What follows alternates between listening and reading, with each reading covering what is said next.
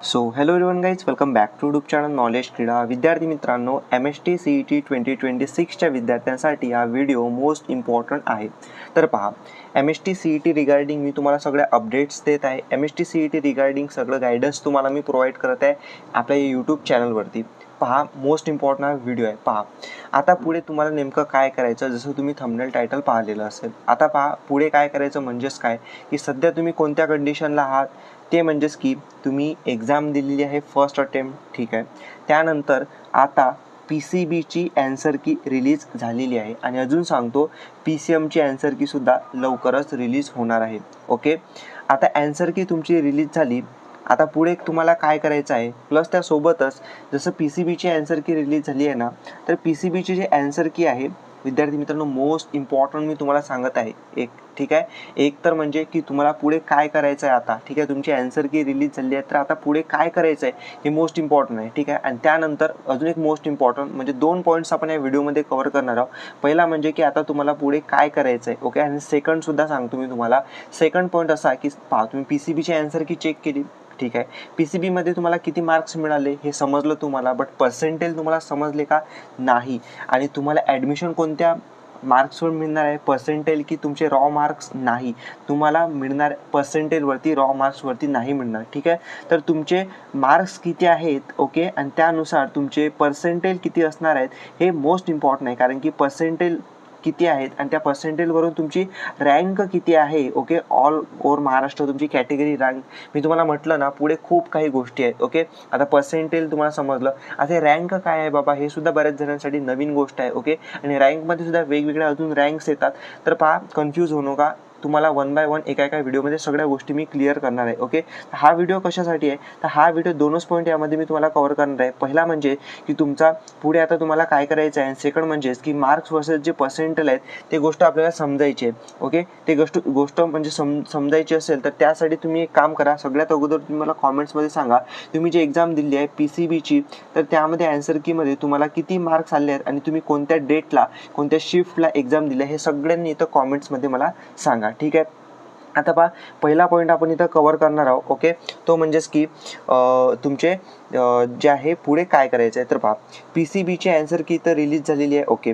आता पहा, PCMची ॲन्सर की अजून रिलीज झाली नाही आहे, बट प्रोसेस सेम असणार आहे, ठीक आहे. दोन्हींची प्रोसेस सेम असणार आहे, ठीक आहे. तर पहा, PCM PCB समजा ॲन्सर की रिलीज झाली, ठीक आहे. आता पुढे काय करायचं मग, तर पहा, तर पुढे तुम्हाला हे करायचं आहे.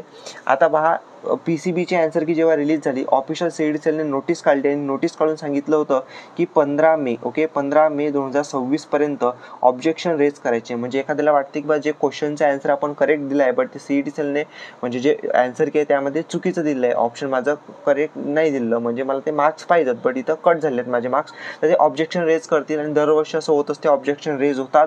ऑब्जेक्शन रेज झाल्यानंतर त्या शिफ्टच्या, त्या डेटच्या विद्यार्थ्यांना ज्यांनी एक्झाम दिली आहे त्यांना ते मार्क्स मिळतात, जर त्याचं ऑब्जेक्शन बरोबर असलं तर. आणि त्या विद्यार्थ्यांना सुद्धा मार्क्स मिळतात जे शिफ्टला एक्झाम दिली होती त्यांनी, ओके. त्यांनी ऑब्जेक्शन रेज करो किंवा नाही, पण त्या शिफ्टच्या विद्यार्थ्यांनी एखाद्याने सुद्धा ऑब्जेक्शन रेज केलं आणि जर ते करेक्ट निघालं की हां, की याचं जे ॲन्सर आहे ते करेक्ट आहे, म्हणजे समजा फॉर एक्झाम्पल एक क्वेश्चन आहे, ओके. समजा फॉर एक्झाम्पल आपण कन्सिडर करूया की समजा फॉर एक्झाम्पल, ठीक आहे, म्हणजे असं एक्झॅक्टली सांगत नाही आहे, ओके. समजा 15 एप्रिल आहे, 15 एप्रिलला समजा एखादी CETची एक्झाम होती, ओके. आणि त्यामध्ये एका विद्यार्थ्याने काय समजा सेकंड शिफ्ट होती त्याची, ओके. सेकंड शिफ्ट होती एक्झाम, तर सेकंड शिफ्टला त्याने क्वेश्चन पेपरमध्ये एक क्वेश्चन होता आणि त्या क्वेश्चनचा ॲन्सर एकदम करेक्ट 4 ऑप्शनपैकी ए सोडवलं करेक्ट, ठीक आहे. आणि त्याला 100% माहीत ते ए करेक्ट आहे. ॲन्सर की आली आता, आणि ॲन्सर कीमध्ये माहीत पडलं की CET सेलने ॲन्सर कीमध्ये तर बी ऑप्शन करेक्ट दिला आहे, पण तो 100% त्याला माहिती आहे की ए करेक्ट आहे. त्यानं सगळं रिसर्च वगैरे केलं गुगलवरती, सगळ्यावरती, आणि फाईंड केलं की एच करेक्ट आहे. त्यानं ऑब्जेक्शन रेज केलं, 1000 रुपये फीस भरून त्या क्वेश्चनसाठी, आणि ते करेक्ट निघालं. मग आता त्याला हे मार्क्स पुन्हा रिटर्न मिळाले, जेवढं 1 मार्कसाठी 2 मार्कसाठी असेल क्वेश्चन त्यासाठी. आणि पहा, फक्त त्याला नाही मिळणार, तर त्या शिफ्टच्या 15 एप्रिलच्या सेकंड शिफ्टच्या ज्या विद्यार्थ्यांनी ते एक्झाम दिली आहे, तर त्यांच्या ॲन्सर कीमध्ये असंच दिलं असेल तर त्यांना ते पुन्हा मार्क्स मिळतील, हे आहे असं, ठीक आहे. म्हणजे आता पुढची प्रोसेस काय, तर पुढची प्रोसेस हीच आहे की आता एक नोटीस आली तुमची ॲन्सर कीची, किंवा ॲन्सर कीसाठी 15 मेपर्यंत ऑब्जेक्शन रेज करा. आता अजून एक मोस्ट इम्पॉर्टंट नोटीस येणार आहे, CET सेल रिलीज करणार आहे, ठीक आहे. वेबसाईटवरती रिलीज करत असते, त्याचं टेन्शन तुम्ही घेऊ नका. मी आहे, तुम्हाला सगळ्या काही अपडेट, सगळं काही गायडन्स मी देणार आहे. ठीक आहे.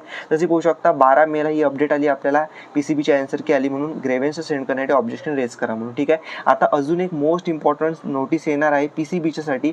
ओके, PCMची आन्सर की आल्यानंतर PCM साठी. ठीक आहे. आता हे कधी येणार आहे मग हे नोटीस? तर 15 मे ऑब्जेक्शन रेज करायची लास्ट डेट आहे. ठीक आहे.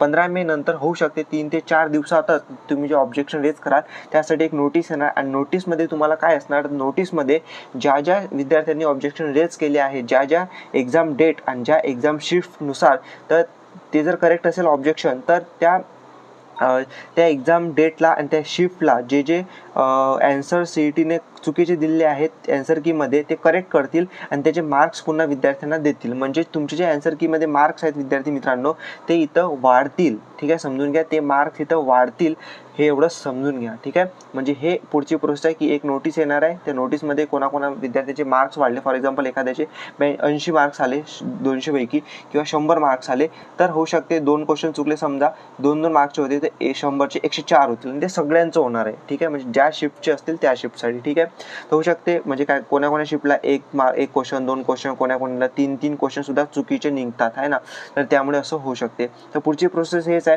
तुम्हाला एक वेट करावं लागणार आहे. आता एक पुन्हा नोटीस येणार आहे, ते मी तुम्हाला सांगणार आहे. ठीक आहे.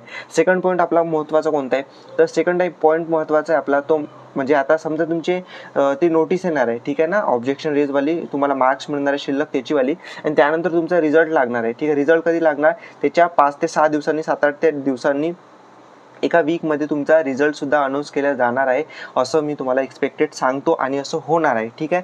आणि हे पण होऊ शकते की आपली सेकंड अटेम्प्ट कंप्लीट होऊ देतील आपली CET सेल, आणि त्यानंतर फर्स्ट आणि सेकंड अटेम्प्ट दोन्हीचा रिझल्ट एकाच डेटला लावतील. हे सुद्धा एक कंडिशन आहे. 2 कंडिशन आहेत, एक सेपरेट फर्स्ट अटेम्प्ट किंवा दोन्हींचा फर्स्ट आणि सेकंड अटेम्प्टचा पर्सेंटेजचा रिझल्ट तुमचा लावतील. ठीक आहे. पाहू काय होणार आहे, तर मी तुम्हाला सांगणार आहे. ठीक आहे. एक्सपेक्टेड मी तुम्हाला सांगत आहे.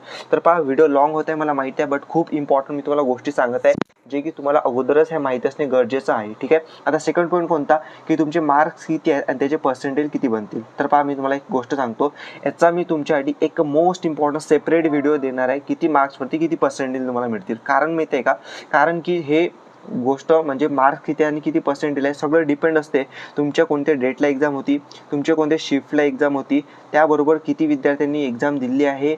ओके, किती विद्यार्थी अब्सेंट होते, किती प्रेझेंट होते, त्याबरोबर शिफ्ट कशी होती, क्वेश्चन पेपर कसा होता, हार्ड होता, मॉडरेट होता, इझी होता, कशा टाईपचा होता, हे सगळं या गोष्टींवरती काय असते डिपेंड असते, आणि त्यानुसार तुमचे पर्सेंटेज बनत असतात. त्यानंतर समजा PCB आहे किंवा PCM आहे, तर फिजिक्समध्ये मार्क्स किती आहेत, त्यानंतर केमिस्ट्रीमध्ये किती आणि मॅथमॅटिक्समध्ये किती, तर त्यानुसार PCMचे टोटल पर्सेंटेज किती, हे सगळं काही कॅल्क्युलेशन्स ते असतात. त्यामुळे मार्क्स वर्सेस पर्सेंटेज हे मी तुम्हाला एक एक्सपेक्टेड सांगणार आहे नेक्स्ट व्हिडिओमध्ये, जे की तुम्हाला इथं वेट करावं लागणार आहे, आणि ते मी तुम्हाला कन्फर्म सांगणार आहे. ठीक आहे. म्हणजे एक्सपेक्टेड पर्सेंटेज असतात मार्क्स वर्सेस पर्सेंटेज दरवर्षीचे, ते मी तुम्हाला इथं सांगणार आहे. ठीक आहे. तर हा व्हिडिओमध्ये तुम्हाला काय वाटते मला कॉमेंट्समध्ये नक्की सांगा. त्याचबरोबर तुमचे PCBचे आन्सर केले, तुमचे मार्क्स किती, कोणत्या डेटला एक्झाम होती आणि तुमची कोणत्या शिफ्टला एक्झाम होती, कॉमेंट्समध्ये नक्की सांगा. PCMचे आन्सर की अजून आली नाही आहे, आज इथं मी व्हिडिओ रेकॉर्ड करत आहे 13 मेला, तर जशी येणार आहे तशी अपडेट तुम्हाला मी देणार आहे. त्याचबरोबर पुढचे काही इम्पॉर्टंट अपडेट्स येतील ते सुद्धा मी तुम्हाला सांगणार आहे. त्याआधी या चॅनलला तुम्ही सबस्क्राईब करून ठेवा, आणि त्याचबरोबर बेल नोटिफिकेशन ऑलवरती सेट करून ठेवा, तेव्हाच तुम्हाला सगळं काही अपडेट्स मिळतील. ठीक आहे. Thank you for watching video. Stay connected. Thank you.